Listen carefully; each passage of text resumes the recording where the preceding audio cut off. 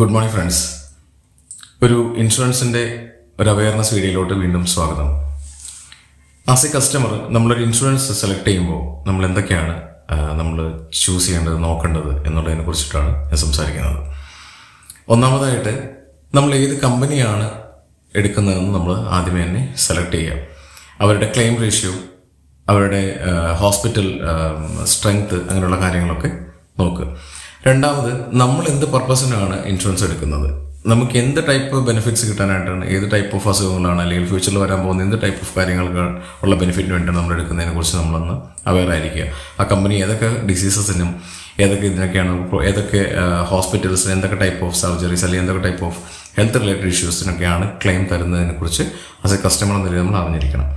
മൂന്നാമത് നമുക്ക് പറയാനുള്ളത് PED, പ്രീ എക്സിസ്റ്റിംഗ് ഡിസീസസ്. നമ്മൾ ഈ കമ്പനികളെ ഒരു സൈഡ് നമ്മൾ കംപ്ലൈൻറ്റ് ചെയ്യുമ്പോൾ നമ്മുടെ എക്സിസ്റ്റിംഗ് ഡിസീസിനെ കുറിച്ച് ആസ് ആൻ എക്സിക്യൂട്ടീവ് അല്ലെങ്കിൽ കസ്റ്റമർ ഡിക്ലെയർ ചെയ്യാത്തതുകൊണ്ടായിരിക്കണം ഒരു പരിധി വരെ നമ്മുടെ ഇൻഷുറൻസ് എല്ലാം ക്ലെയിം എല്ലാം റിജക്റ്റ് ആവാനുള്ള റീസൺ. പഴയ കാലത്തെ പോലെയല്ല ഇപ്പോൾ എല്ലാ ഹോസ്പിറ്റൽസും ഇൻഷുറൻസ് കമ്പനിയായിട്ടും മറ്റ് സംവിധാനങ്ങളുമായിട്ടും ടൈഡപ്പാണ്.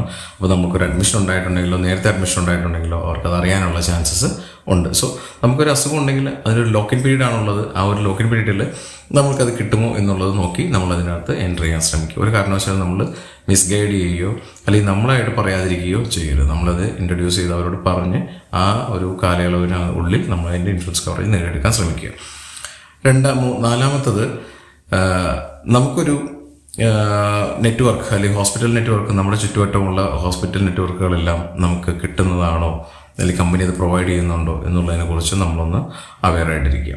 പിന്നെ അതുപോലെ പല കമ്പനികൾക്കും, അഞ്ചാമതായിട്ട് നമുക്ക് പറയാനുള്ളത്, പല കമ്പനികൾക്കും പല അസുഖങ്ങൾക്കും, ഒരു മെജോറിറ്റി ഓഫ് ഡിസീസസിന്, ഹെറിഡിറ്ററി ഡിസീസ് അടക്കം അങ്ങനെ കുറേ ഡിസീസസിന് 2 ഇയർ 3 ഇയർ പോലെയുള്ള ലോക്കിൻ പീരീഡ്സ് ഉണ്ട്.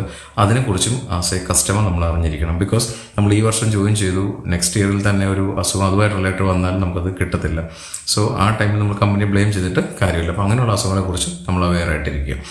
സോ നിങ്ങൾക്ക് ഹെൽത്ത് ഇൻഷുറൻസിനെ കുറിച്ച് എന്തെങ്കിലും ഡൗട്ട്സോ കാര്യങ്ങളോ അല്ലെങ്കിൽ പുതിയൊരു ഇൻഷുറൻസ് നോക്കാനോ ആഗ്രഹിക്കുന്നവരാണെങ്കിൽ ഞാൻ എൻ്റെ നമ്പർ കൊടുക്കുന്നുണ്ട്, നിങ്ങൾക്ക് എന്നെ വിളിക്കാം.